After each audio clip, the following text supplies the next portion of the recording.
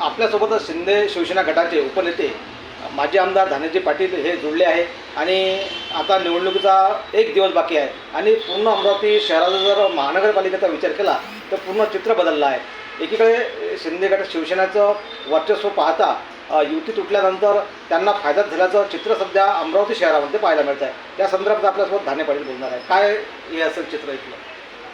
प्रामाणिकपणे भारतीय जनता पक्षाने युती न केल्यामुळे युती तुटली, कारण त्यांना फार कमी जागा देऊन शिवसेना आणि रवी राणा या दोघांना बसवायचं होतं, ज्याची संख्या एवढी कमी होती की दोघंही त्यामध्ये बसणं शक्य नव्हतं। त्यामुळं ही युती तुटल्या गेली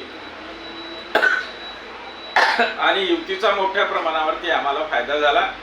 71 बी फॉर्म वाटल्यानंतर जवळपास 68 बी फॉर्म आमचे स्टँड झाले आणि जवळपास 45-50 उमेदवार आमचे लढतीमध्ये असून 20 ते 22 उमेदवार निवडून येतील। त्याचबरोबर राजकीय बांधणी झाली, सगळ्या ठिकाणी शाखा उघडल्या गेल्या आणि कार्यकर्त्यांची संख्या महानगरपालिकेमध्ये मोठ्या प्रमाणावरती झाली आणि त्यासोबतच या सगळ्या गोष्टीचा मोठा फायदा हा या सगळ्या गोष्टीचा मोठा घाटा जो आहे तो भारतीय जनता पक्षाला निश्चित होणार आहे। धाने पाटलांना 3 तासात संपूर्ण नियोजन केलं, कारण युती अखेरच्या क्षणात तुटली। 20 जागा देणार होतं असं काहीतरी माहिती होती। एकीकडे जगदीश गुप्ता ही सभा सोडून ते नागपूरहून निघून गेले होते आणि 3 तासात कसे काय तुम्ही तिकीट बी फॉर्म दिले? आमची तयारी ही पूर्वीपासून होती। आम्ही जे सांगत होतो का आम्हाला 30-35 जागा लढायला पाहिजे, 25 तरी पाहिजे, त्याचं कारण असं होतं की कार्यकर्त्यांची आणि उमेदवारांची संख्या तेवढ्या मोठ्या प्रमाणात आमच्याकडे होती आणि ती सुद्धा तयारी आम्ही केलेली होती आणि ऐन वेळेवर काही भारतीय जनता पक्षाचे चांगले उमेदवार आमच्याकडे आले आणि त्यामुळं आम्ही सगळे उमेदवार त्या ठिकाणी देऊ शकलो। रवी राणा जे स्वाभिमान पक्षाचे आहेत त्यांच्यासोबत युती झाली, 5 सीटेवर मर्यादित झाली, मात्र ठीक ते पण युती तुटली आणि अपक्षाला भाजपाने पाठिंबा दिला। याचा काय प्रभाव पडेल शिवसेनेवर? त्यांनी युती याच्यासाठी तोडली, त्याचा नुकसान जो आहे त्याचा सगळ्यात मोठा भारतीय जनता पक्षाला होणार आहे आणि फायदा आम्हालाच होणार आहे। त्याच्यामध्ये शिवसेना शिंदे गटाने यावेळेस अमरावती शहरात लक्ष घातले आणि शिवसेनेचे जर पाहिले तर मोठे नेते दाखल झाले होते। प्रथम तर उपमुख्यमंत्री शिवसेनेचे एकनाथजी शिंदे यांनी एका सभा घेऊन मोठा बॉम्बच टाकल्याचं चित्र पाहायला मिळालं। मोठ्या प्रमाणात जनसागर या सभेला उसळला होता। आनंदरावजी अडसूळ जे खासदार आहे माजी इथले आणि नेते आहे शिवसेनेचे, त्यांनीसुद्धा मोठ्या अखेरच्या क्षणापर्यंत भाजपसोबत युतीचं ठरवलं होतं, मात्र युती अखेरच्या क्षणात तुटली आणि स्वतः अमरावती जिल्ह्यामध्ये लक्ष घातलं आणि यानंतर मोठ्या सभा झाल्या। जे संजयजी राठोड असू द्या मंत्री किंवा इतरही पक्षाचे नेते असू द्या, हे अमरावतीत दाखल झाले आणि आजपर्यंत अखेरच्या क्षणापर्यंत ते दाखल आहे आणि त्यांचं लक्ष अमरावतीवर आहे।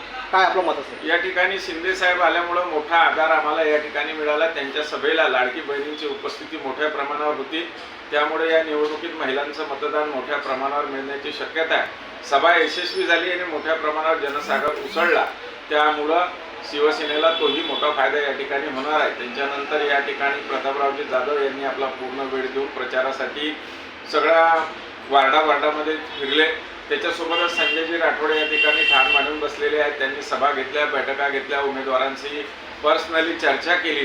त्याच्यानंतर संपूर्ण परिस्थितीवर ते बारकाईनं लक्ष ठेवून आजही या ठिकाणी ते आहेत। त्यासोबतच जिल्ह्याचे नेते आनंदरावजी अडसूळ साहेब हे सुद्धा नगरपालिकेच्या निवडणुकीपासून सतत यावेळेला लक्ष ठेवून आहे आणि त्यांचा सुद्धा फायदा अमरावती शहराला निश्चित होईल। शिवसेनेचे त्यांनी असे वक्तव्य केले आहे की काही जे प्रभाग आहे आम्ही दत्तक घेऊ आणि त्यातून जर उमेदवार निवडून आले त्या प्रभागाचा भरपूर प्रमाणे विकास करू।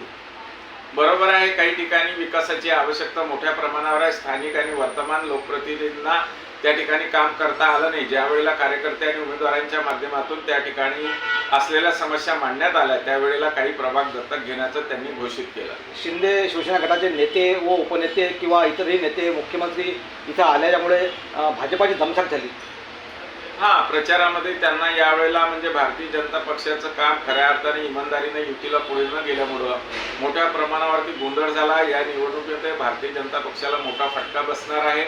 जो गोंधळ निर्माण झाला त्याचा नुकसान सुद्धा भारतीय जनता पक्षालाच आहे आणि त्यांना खूप काही ताकद वेळेवरती लावावी लागली, परंतु त्याचा फायदा त्यांना होणार नाही। भाजपाने अनेक जे प्रत्यक्ष उमेदवार होते त्यांच्याच वेळेवर बी फॉर्म द्यामुळे नाराजी आहे भाजपामध्ये। हां, वेळेवरती बी फॉर्म देणे, उमेदवाराला सुद्धा शेवटपर्यंत न सांगणे, त्यासोबतच इच्छुक शिवसेनेचे उपनेते धाने पाटील यांनी माध्यमांना ही माहिती दिली।